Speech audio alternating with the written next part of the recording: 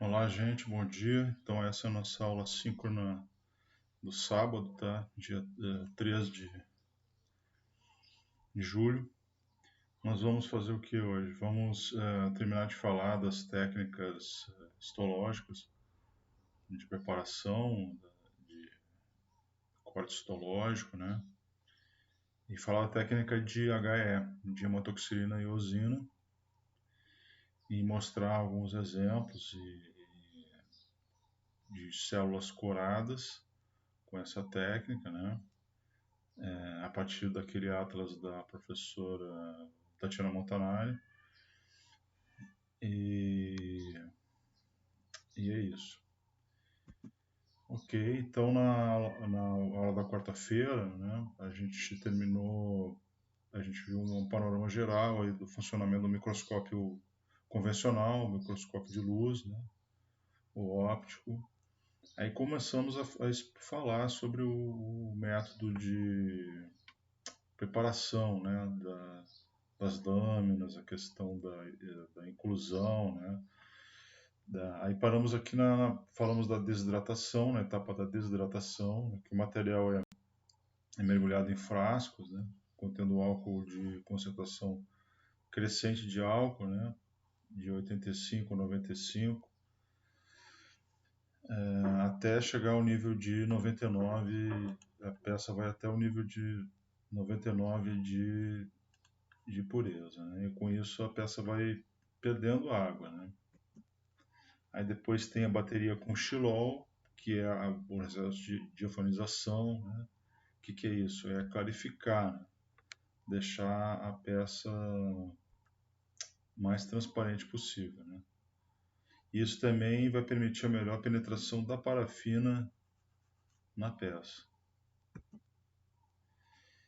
Então aí a amostra é colocada em parafina, né, para ser vista na microscopia de luz, ou em resina, né, que a gente comentou, mostramos aquela tabelinha, né, o método de inclusão em parafina e o de resina. A fim de torná-la rígida e dessa forma permitir o corte em lâminas finas no micrótomo, ao ser imersa em parafina fundida e colocada em uma estufa de 58 a 60 graus Celsius, né? O calor promove a evaporação do xilol e a ocupação dos espaços teciduais por parafina. O tecido embebido por parafina se torna rígido após ser retirado da estufa. Uma das vantagens da resina em relação à parafina é que ele produz menos artefatos gerados pela alta temperatura da estufa, né? Aí a inclusão, né, da peça na parafina, tá?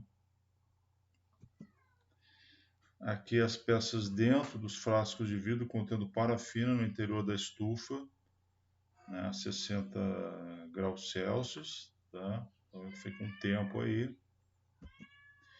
Aqui o material já incluído na parafina, né? Seria equivalente àquele inseto fossilizado no âmbar, né? Que a gente fez na aula passada, analogia com o filme aquele Jurassic Park, né? Dos fósseis de insetos, né, preservados no âmbar, né? E a peça dentro, inclusa na parafina, no bloco da parafina, tá?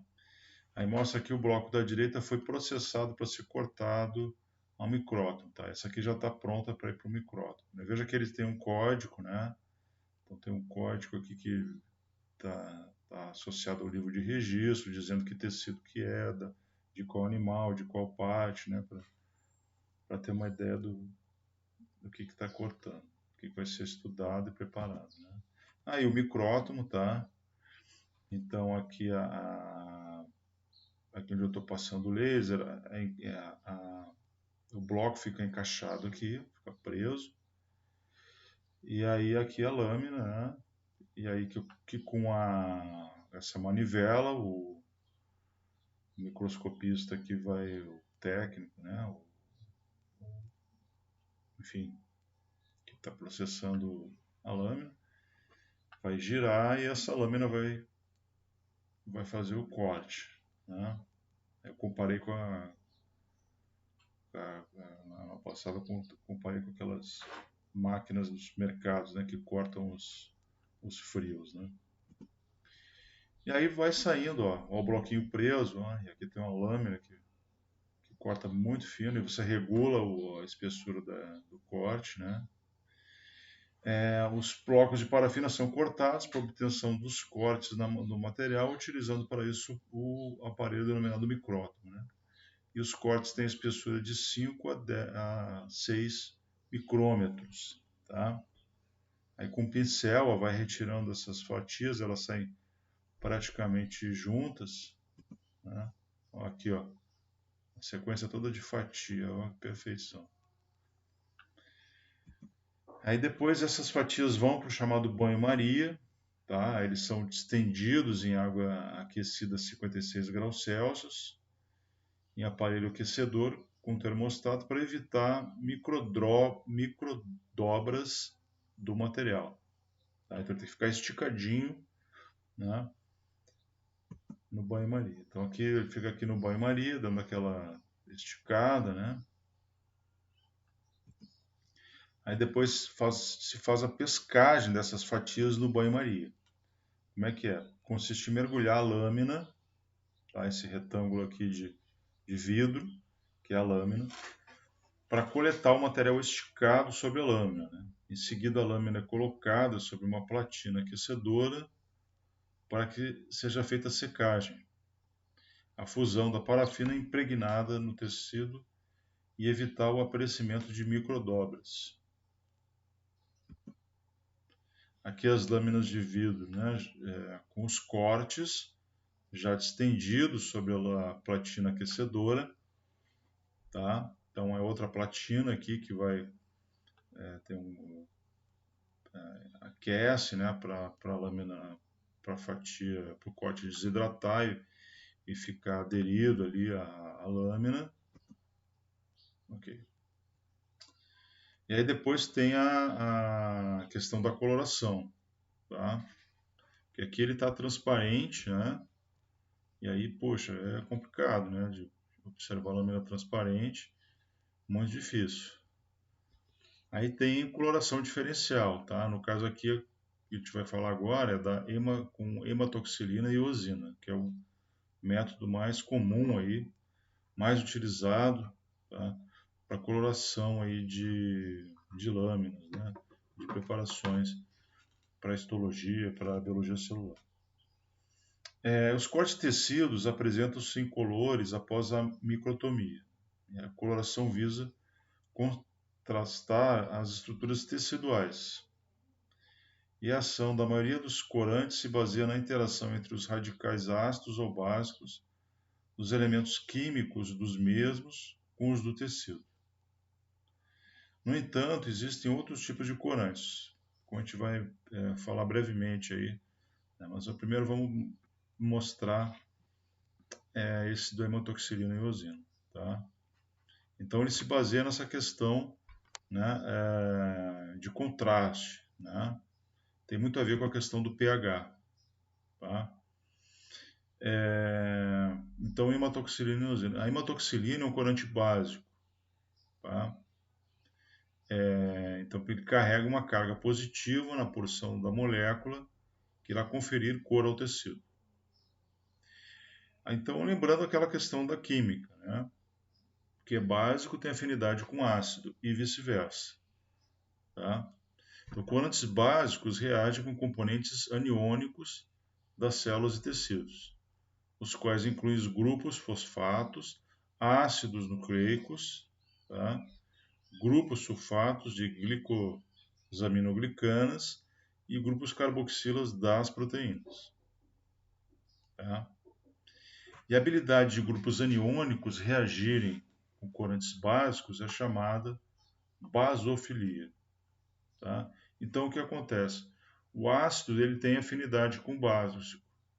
Então, é chamado de basofilia. Ele tem uma basofilia, ele tem uma afinidade, né, com a molécula básica. Né? Então, a molécula ácida ela tem basofilia, ela tem afinidade com molécula básica. Tá? E vice-versa. estruturas celulares que se coram com corantes básicos são denominadas basófilas. Tá? E estruturas celulares que podem ser coradas com corantes básicos incluem heterocromatina, nucleolo, RNA, ribossômico, matriz extracelular da cartilagem. Tá? Então, heterocromatina, nucleolo, né? Tudo isso aí tem os ácidos nucleicos, né? DNA e RNA. RNA ribossômico, matriz extracelular da cartilagem. E a metoxilina cora geralmente as estruturas em azul. Tá? Então, o que ela vai indicar? Tudo aquilo que é ácido, né, na célula, ela cora em azul. Tá? Então, aquilo que é ácido tem basofilia. Tá? Então, a hematoxilina é um corante básico. Então, as estruturas ácidas têm basofilia, têm atração, digamos assim, afinidade por aquilo que é básico. Tá? Aí elas se impregnam de hematoxilina. Então, o núcleo vai aparecer azulado, por quê? Porque ele tem os ácidos nucleicos, ele tem acidez. Então, o que tem acidez tem basofilia. Então, ele tem afinidade por um corante básico. Ok, e existe o outro lado, né, que são os corantes ácidos, né, que reagem com componentes catiônicos das células e tecidos, quando usados juntamente com corantes básicos como a hematoxilina, que coram o citoplasma, filamentos citoplasmáticos e fibras extracelulares. E a eosina geralmente cora as estruturas em vermelho ou rosa. É um bom contraste, né? Estruturas em azul e outras em vermelho ou rosa. Tá? Então, aqui mostrando um corte bacana de hematoxilina e eosina. Então, aqui o corante básico, né, o grupamento cromofórico é catiônico, então ele tem afinidade por elementos ácidos, tá, dentro das células. Então, as moléculas basófilas, tá, hematoxilina, como eu falei. Então, afinidade por elementos ácidos, que são quem? Aqui é o núcleo, os ácidos nucleicos. Tá? E agora o corante ácido, ele é um agrupamento cromofórico aniônico, quer dizer, tem afinidade por elementos básicos dentro das células, que são as moléculas acidófilas. Tá? Então, isso vai aparecer no citoplasma. A gente vê aqui o citoplasma rosáceo das células. Vamos mostrar aqui algumas imagens, tá, do Atlas, da professora Tatiana Montanari. Tem umas imagens bacanas, né, para a gente aproveitar para fazer a interpretação aí desse corante. Tá? Isso tem a ver também com morfologia celular. Tá? Então, o que a gente percebe aqui? Os núcleos, geralmente, eles têm a ver muito com o formato da célula. Tá? Eles espelham isso.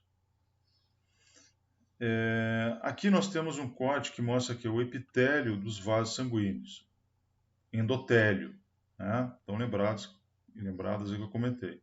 Então, o revestimento do vaso sanguíneo é feito por essas células do endotélio. Eles consistem em células pavimentosas, quer dizer, são células achatadas, né? Quando as células são achatadas, elas são chamadas de pavimentosas, que está indicando aqui com a seta. E facilitando a passagem de gases e nutrientes entre o sangue e o tecido vizinho. Porque aqui, sim, dentro do vaso passa o sangue.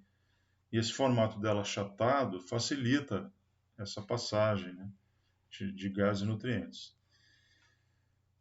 Por conterem uma quantidade maior de organelas, as células do tubo coletor do rim são cúbicas. Tá? quer tá mostrando aqui, né? Então são células do tubo coletor do rim. Tá?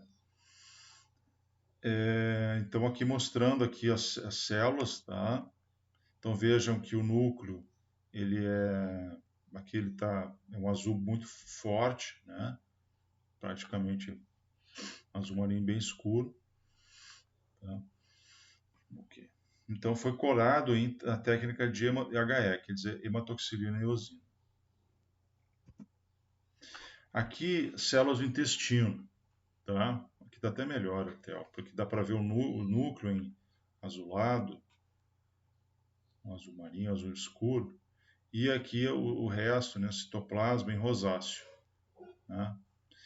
Bom, o intestino apresenta células epiteliais.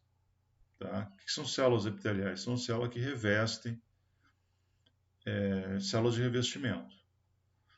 Então, elas revestem a luz do intestino, né? Então, ela tem o formato colunar. A gente comentou antes no formato célula achatada e o formato cúbico. Tá? Agora é um formato colunar, esse tipo de célula que reveste a luz do intestino. O que é um colunar, formato colunar? A altura é maior que a base da célula. Tá? Aí é chamado de colunar. É também chamado de cilíndrica ou prismática.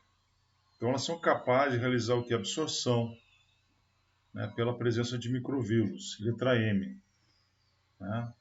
São aquelas especializações na membrana plasmática que permitem um maior nível, né, de absorção, maior área de superfície de absorção. Tá?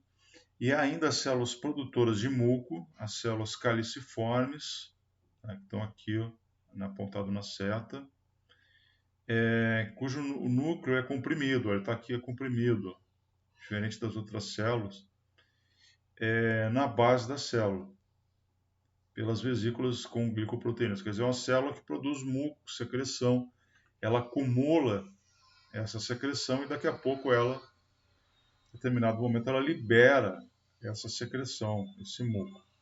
Tá? Então é um tipo de célula aqui do epitélio intestinal. Então, a letra M é onde estão aqui os microvírus. Tá?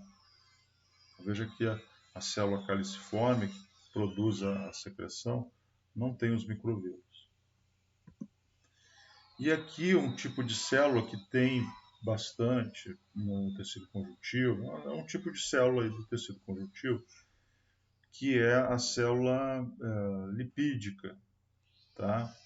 Ela acumula lipídios. Tá?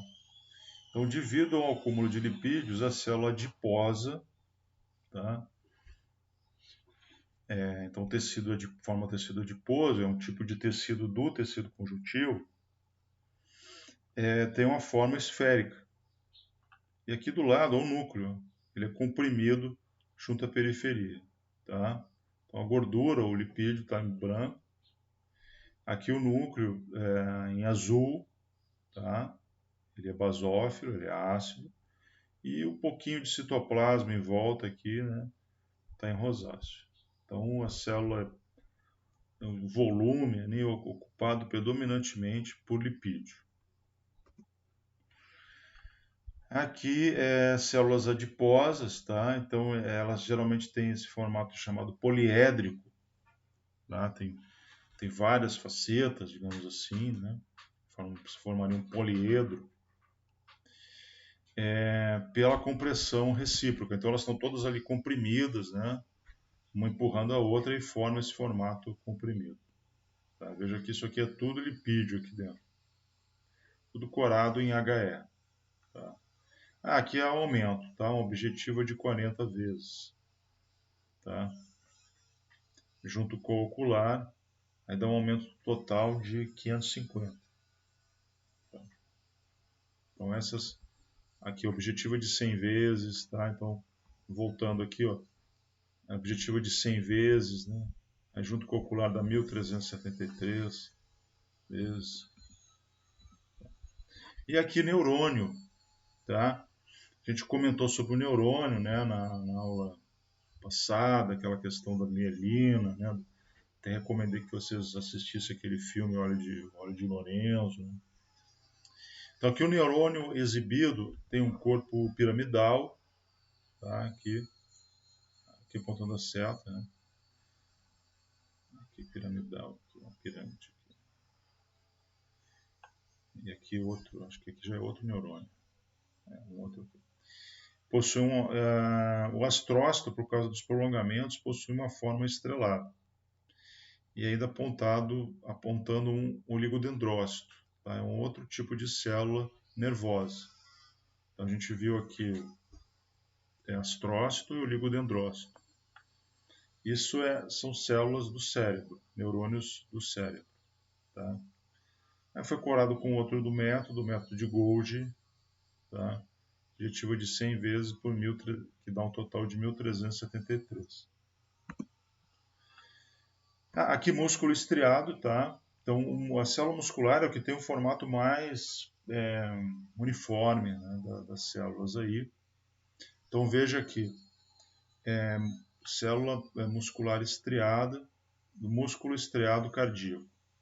É uma célula do músculo do coração, tá? Então são células que têm um batimento involuntário, né? A gente vai ver depois aí, o próprio coração gera o estímulo para essas células contraírem e relaxarem, né?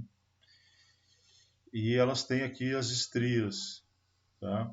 Então, mas dá para ver aqui o que é importante ver aqui, ver o formato, né? O formato alongado, né?